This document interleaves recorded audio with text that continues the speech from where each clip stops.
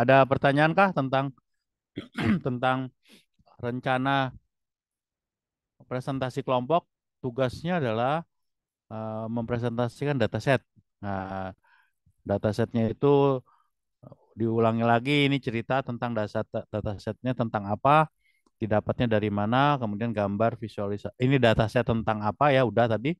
Kemudian digambarkan visualisasinya dan kemudian diceritakan pengolahan datanya, peran data miningnya apa yang dipakai sehingga dataset ini bisa menghasilkan pengetahuan knowledge apa ya dari peran data miningnya itu.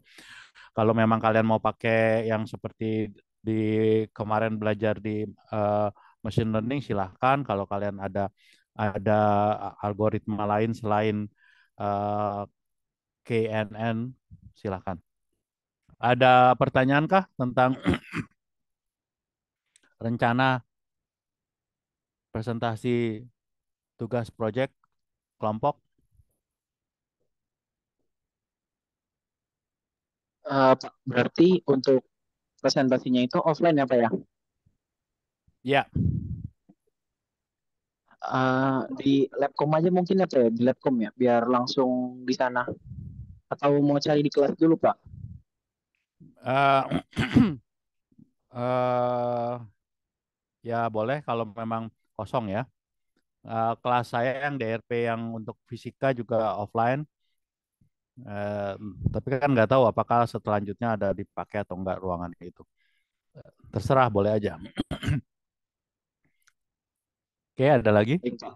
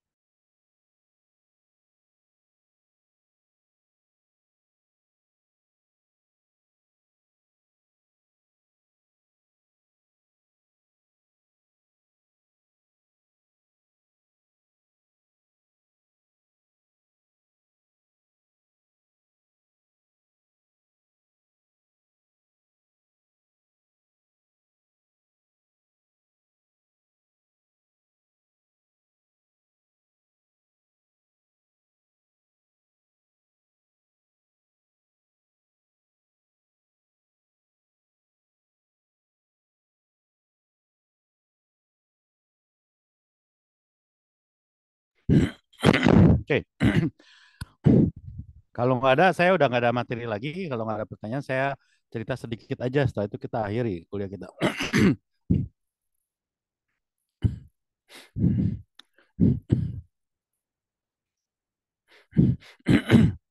Oke, saya berulang kali bilang ke kalian bahwa kalian harus belajar untuk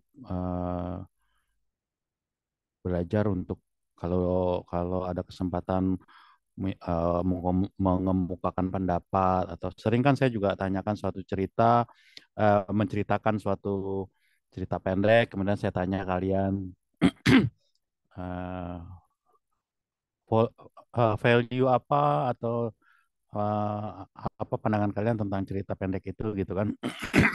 Nah, kemudian pada waktu kalian me- mengemukakan pendapat, saya bilang coba gunakan diksi-diksi, frase-frase yang menunjukkan sesuai dengan ininya, sesuai dengan levelnya gitu ya, sesuai dengan levelnya. Level kalian adalah level mahasiswa, maka kalian harus menggunakan diksi-diksi yang sesuai tentunya ya.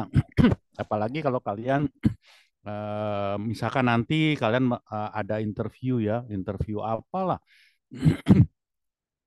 mungkin interview mengajukan beasiswa atau apa ya, maka kemampuan kalian berkomunikasi itu adalah satu kemampuan yang memang dituntut di abad ini ya. Salah satu kemampuan adalah kemampuan berkomunikasi kan. Dan itu baru bisa kalau kalian berlatih. Makanya kalau kalian ikut aktivitas di organisasi. Di situ kalian belajar untuk menyampaikan atau berbicara di depan umum atau kalau ada pertanyaan.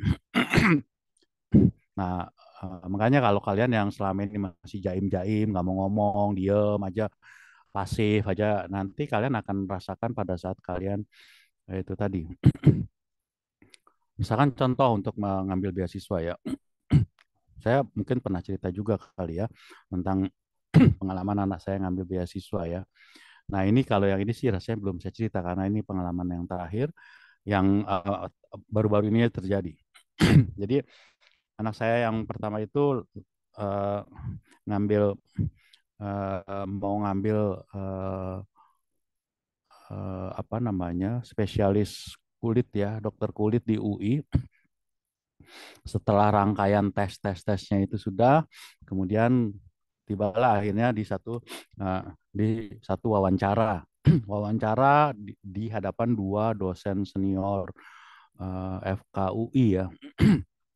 Nah ini yang uh, saya dan anak saya tidak persiapan karena saya pikir wawancaranya ya agak lalai lah saya mempersiapkannya. Jadi ada satu pertanyaan yang bilang begini, ini kamu nih eh, apa namanya ada surat rekomendasi dari Gubernur Ambon bahwa kamu nanti setelah selesai akan bekerja di Ambon sana di RSUD-nya Ambon. Terus anak saya jawab, iya dok. Wah, saya sih nggak yakin nih kalau lihat dari penampilan kamu kayak begini, kayaknya kamu nggak akan bisa keluar dari Jakarta. Kamu akan tinggal di Jakarta. Nggak yakin saya kamu akan eh, kerja di Ambon. Nah, nah anak saya tanya, terus kamu jawab apa? Nah, dia jawab, "Eh, saya sudah janji dok, maka saya akan ke Ambon." Ya, ya inti jawaban memang ke situ.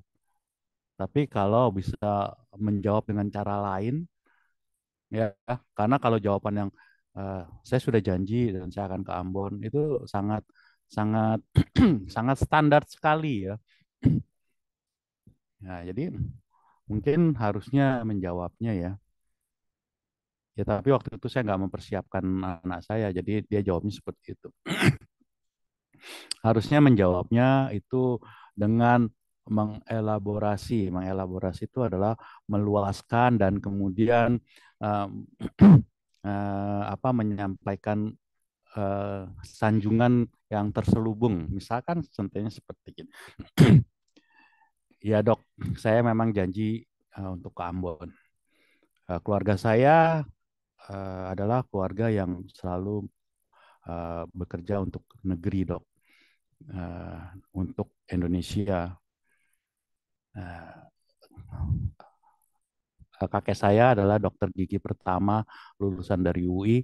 Dia kemudian jadi PNS sampai akhir hayatnya dia pensiun di Kementerian Kesehatan. Dan ayah saya juga demikian. Beliau dapat beasiswa untuk menjadi dosen di negeri dan dia tetap amanah sampai sekarang. Nah, rasanya saya juga akan melanjutkan amanah itu eh, seperti yang dilakukan oleh kakek saya dan ayah saya. Saya akan ke Ambon, dok. Kalian lihat, intinya adalah iya saya akan ke Ambon. Tapi dengan tambahan elaborasi dan uh, dengan narasi seperti itu, kan jadinya agak beda ya. Menurut kalian gimana?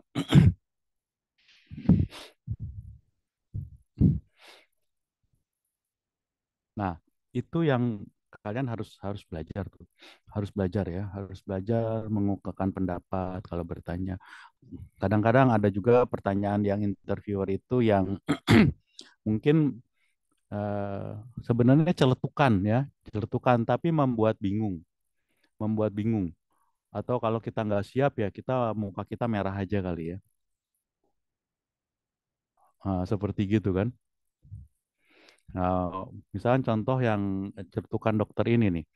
Jadi pada waktu dia lihat biodata anak saya gitu, wah ini ayah kamu apa namanya?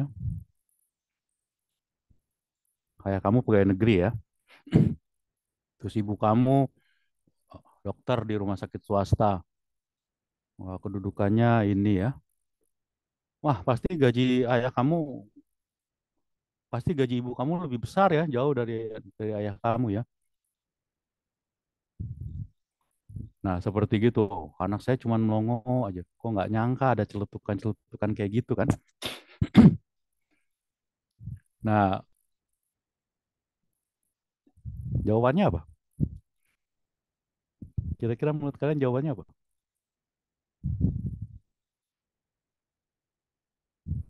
Itu sebenarnya celetukan ya. Mungkin kalau orang interviewer itu sebenarnya nggak ada di lembar pertanyaan interviewer ya, cuma nyeletuk-nyeletuk aja kan. Nah, ya, anak saya cuma nyengir aja kan. Ya mungkin memang celetukan itu nggak perlu dijawab. Tapi kalau dikejar jawaban, ya benar ya. Interviewernya bilang begitu kan. Masa cuman kita mau senyum-senyum sambil iya aja gitu kan. Meskipun kondisinya benar, iya. Nah itu yang juga nggak saya siapkan juga karena nggak sangka kan. Nah, cuman saya bilang sama anak saya, oh aduh sayang ya kalau kamu siap kamu harusnya jawab gini. Iya dok, bener dok. Tapi kan biasa. Ini interviewernya dua-duanya dokter perempuan ya, dua-duanya dokter perempuan. Jadi karena dua-duanya dokter perempuan mungkin bisa dijawab. Kan biasanya kaum ibu ya dok ya, eh, apa namanya, uang suami adalah uang istri adalah uang istri. Nggak menjawab juga, ya, cuman kan harus ada hal yang dikatakan kan ya, supaya mungkin bisa ini ya, nggak cuman sekedar eh, mendengar celetukan kayak gitu, muka merah nggak bisa jawab, ambil ambil dalam hati ngedumel gitu ya, kan sulit juga ya. Nah, mungkin hal-hal seperti ini baru bisa kita alami kalau kalian itu aktif di organisasi tuh. Kalau kalian aktif di organisasi kan kalian bisa nggak sangka tuh celetukan dari eh, apa namanya, mungkin waktu ke presentasi ke dekan atau kemana gitu kan, kadang-kadang ada satu pertanyaan-pertanyaan yang nggak nyangka kan. Nah itu makanya memang kalian harus perlu banyak eh, aktivitas soft skill ya, nggak hanya sekedar kutu buku kemudian IP-nya tinggi-tinggi. Tapi nanti mungkin kalau mengalami hal-hal seperti ini kadang-kadang nggak punya pengalaman, nggak pernah berlatih seperti gitu. Oke, saya rasa itu. Ada pertanyaan nggak?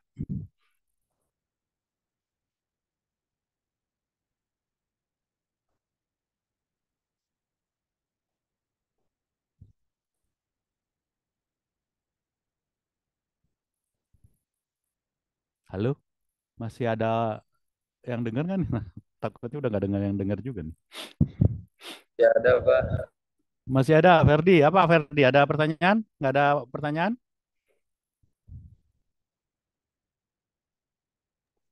kan buat proyeknya itu kan kita ngolah data dulu ya Pak, visualisasi data. Habis itu machine learning apa ya, baru di codingnya itu ya Pak. Ya, peran data mining apa yang bisa dipakai untuk data yang kalian sajikan itu? Ya, Hmm. kira-kira data ini untuk apa? Misalkan contoh, contoh yang kemarin pada waktu UTS ya, pada waktu UTS misalkan datanya seperti itu kan banyak sekali tuh. Mau mau mengelompokkan, mau mau kategorisasi, mau asosiasikan apa? Misalkan apakah ada ada kaitannya antara umur dengan apa genre kesukaan dengan tingkat depresi misalkan. Kemarin kan ada tingkat depresi kan? Nah, misalkan seperti gitu. Jadi mungkin cari data-data yang kalau kemarin kalian data yang awal itu sulit untuk dilakukan banyak peran data mining yang bisa pakai, kalian boleh cari data lagi yang baru ya. Kan minimal datanya 100 ya. Datasetnya isinya 100 minimal. Oke, Pak. Oke, ada lagi? Buat visualisasi datanya itu bisa pakai bebas ya, Pak, Tableau Bebas. atau Bebas mau pakai Tableau, mau pakai apa namanya? Katakan Matplotlib dengan Seaborn boleh, mau pakai hanya sekedar Excel aja boleh. Terserah.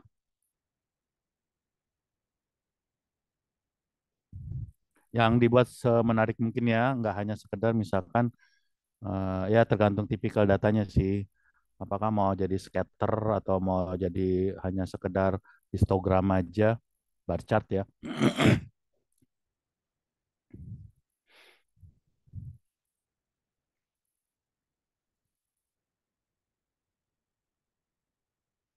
Oke, ada lagi?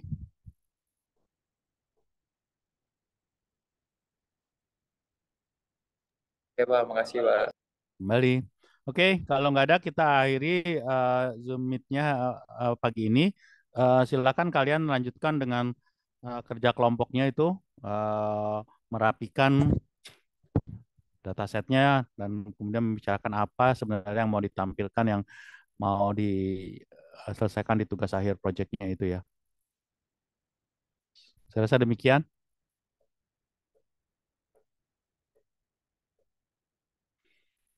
Selamat pagi. Oke, Pak. Iya. Pagi, Kembali. Pak. Saya live ya. Iya, Pak.